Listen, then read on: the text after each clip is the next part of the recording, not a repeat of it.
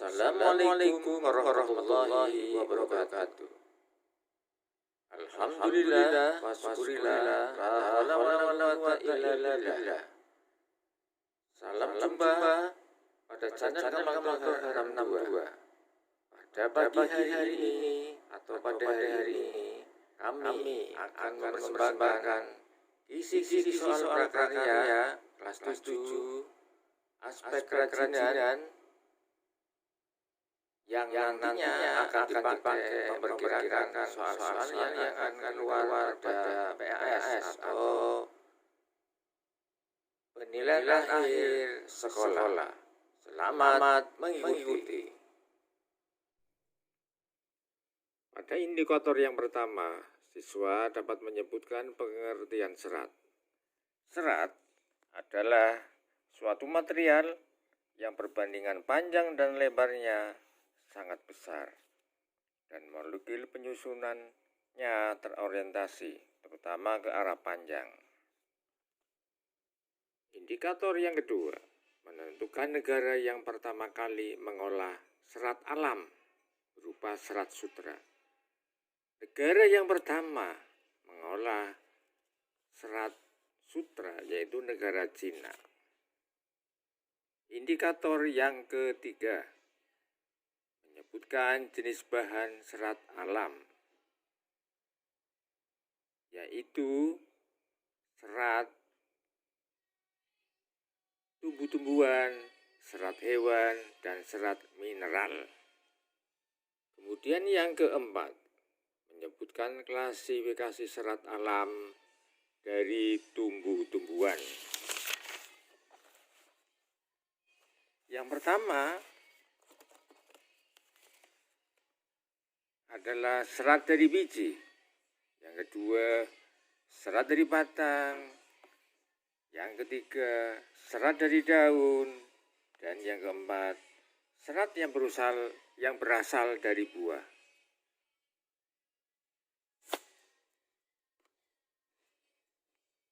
Untuk indikator yang kelima, siswa mengelompokkan asal bahan serat alam dari batang atau tumbuhan. Kita lanjutkan pembahasan yang nomor keempat, menyebutkan klasifikasi serat alam dari tumbuhan, yaitu yang berasal dari hewan, dari tumbuhan, dan dari mineral. Yang kelima, mengelompokkan asal bahan serat alam dari batang tumbuhan, yaitu batang yang berkambium dan batang yang tidak berkambium. Nomor 6, mengelompokkan asal bahan serat dari hewan, yaitu dari stapel dan dari filamen. Nomor yang ketujuh, siswa dapat menyebutkan ciri jenis batang yang menghasilkan serat alam, yaitu anggrek, melinjo, mahkota dewa, beringin, yonkori, dan rosella. Nomor 8, siswa dapat menyebutkan karakteristik dari kapas. Yang pertama, rasa dingin, sedikit kaku, kusut, mudah menyerap keringat, rentan terhadap jamur, dan mudah terbakar.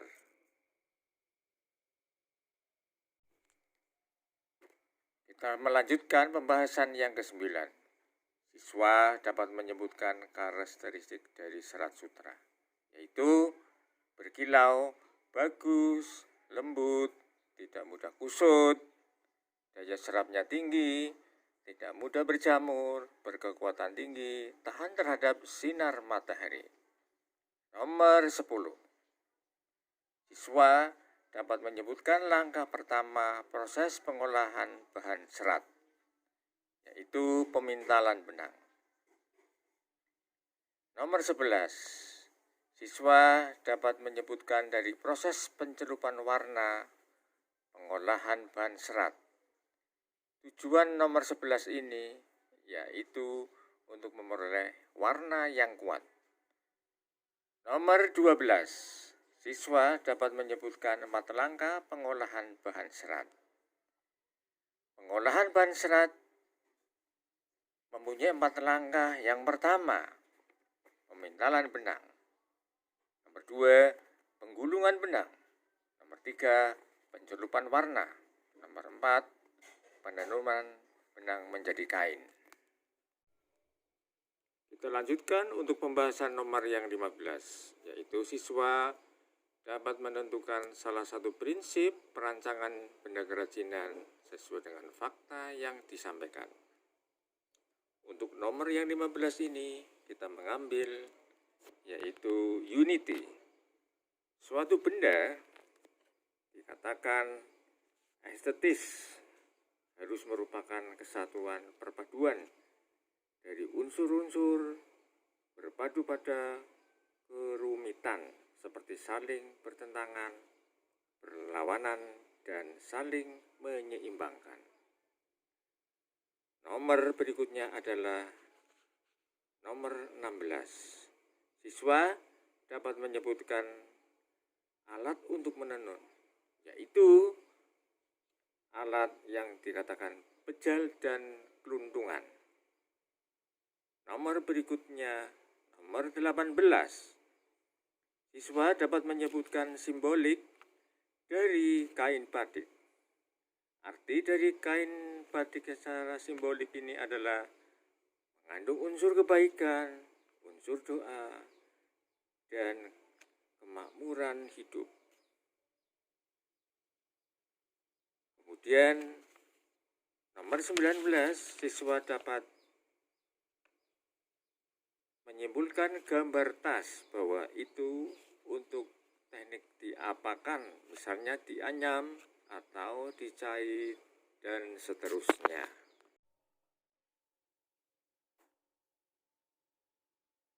Penjelasan berikutnya yaitu nomor 20. Siswa dapat menyebutkan tahapan pembuatan kerajinan tekstil taplak meja. Tahapan yang pertama persiapan, yang kedua proses pembuatannya, dan yang ketiga adalah finishing atau akhir dari hasil tersebut. Nomor 21, siswa dapat menjelaskan aplikasi jahitan apa yang digunakan dalam kerajinan tekstil. Diberi contoh 3. Yang pertama, aplikasi jelujur, jahitan tangan, dan piston. Untuk yang nomor 22, siswa dapat menyebutkan fungsi dari pengemasan. Fungsi dari pengemasan dapat dituturkan. Kemampuan daya bungkus yang baik akan mempermudah dalam penanganan, pengangkutan, distribusi, penyimpanan, penyusunan atau strategi.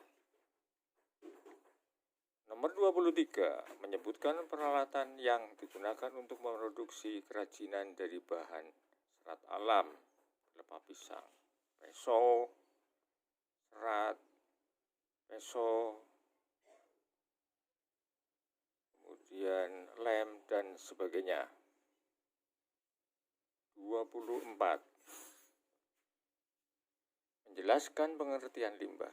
Yang dimaksud dengan limbah yaitu bahan sisa yang dibuang menjadi sampah yang seakan tidak berguna lagi. Untuk pembahasan selanjutnya, siswa dapat mengelompokkan jenis limbah. Jenis limbah dapat dikelompokkan sebagai berikut. Jenis limbah berdasarkan wujudnya, jenis limbah berdasarkan sumbernya, jenis limbah berdasarkan senyawanya. Nomor 26, menyebutkan jenis limbah dari usaha pembuatan tahu. Jenis usaha tahu yang bisa limbah atau limbah yang bisa dipergunakan yaitu limbah biogasnya. Kemudian nomor 27, menyebutkan salah satu limbah lunak anorganik,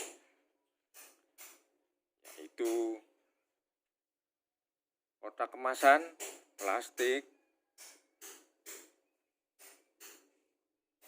kemasan, kain perca, styrofoam, dan karet sintetis. Nomor 28. Siswa dapat menyebutkan bahan pembentuk limbah yang bersifat lembut. Nomor 28 ini bisa dijawab, yaitu kulit bawang, kulit kacang, limbah jerami, limbah pelepah pisang, dan limbah kertas. Nomor 29. Menyebutkan kategori limbah yang berasal dari tumbuh-tumbuhan. Bisa dibahas masalah ini. Nomor 29 adalah kulit pisang, kulit melon, kulit semangka. Nomor 30. Menyebutkan nama lain, meminimalisir barang atau material yang akan jadi limbah. Disebut dengan reduce atau reduce. 31. Menyebutkan istilah pengolahan limbah dengan cara memilih barang yang bias kita pakai kembali, yang disebut dengan reuse. Pembahasan yang berikutnya, siswa dapat menyebutkan daerah yang banyak menghasilkan limbah lunak organik sabut kelapa, yaitu daerah pesisir atau daerah pantai. 33. Siswa dapat menentukan salah satu proses awal pengolahan limbah organik basah. Yang pertama yaitu harus dikeringkan terlebih dahulu. Nomor 34. Menentukan bahan utama membuat kerajinan organik dalam hal ini lampion, yaitu dengan menggunakan botol. 35. Siswa dapat menyebutkan teknik yang dipakai untuk membuat kerajinan dari bahan limbah lunak kulit jagung, yaitu pemilihan, pengeringan, membuat pola, menyusun model, dan menghias.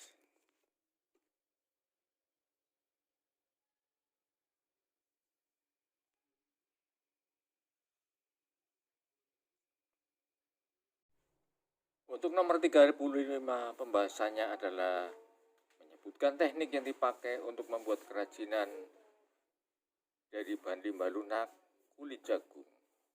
Yang pertama adalah pemilihan, yang kedua pengeringan, yang ketiga membuat pola, yang keempat menyusun model, dan berikutnya menghias dan finishing. Untuk berikutnya, nomor 36.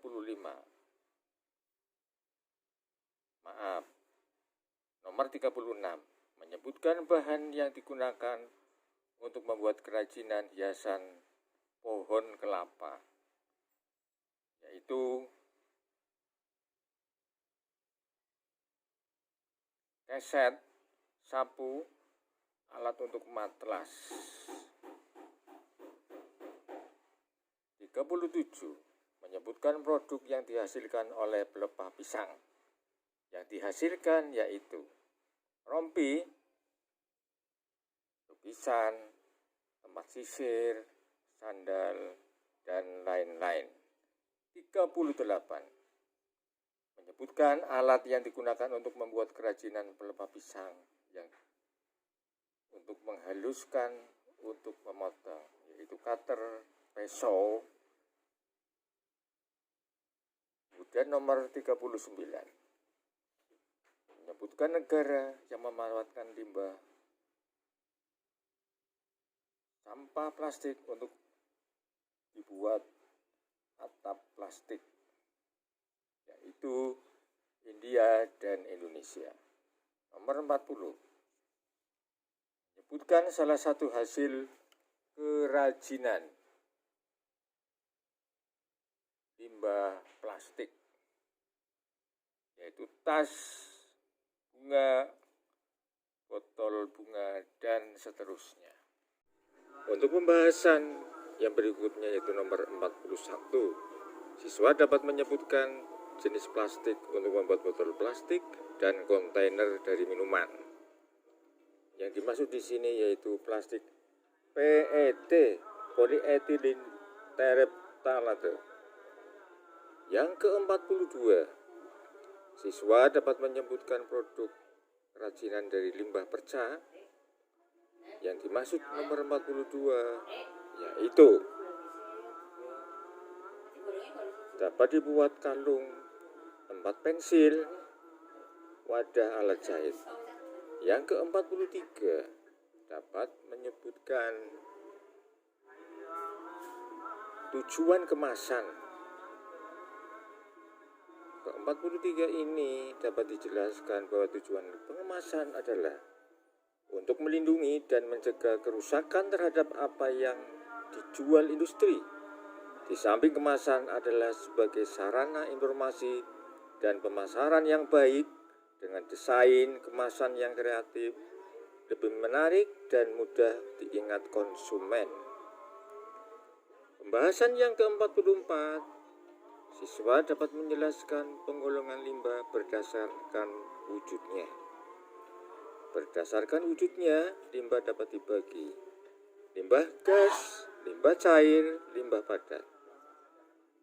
Dan nomor yang terakhir, nomor 45, yaitu siswa dapat menjelaskan dari arti reduce atau reduce, yaitu meminimalisir material atau barang yang kita gunakan. Begitulah kisi-kisi PAS Prakarya Aspek Kerajinan 2020-2021. Jangan lupa subscribe and like, share. Sekian, mohon maaf bila ada kekurangan dan kesalahan. Wassalamualaikum warahmatullahi wabarakatuh.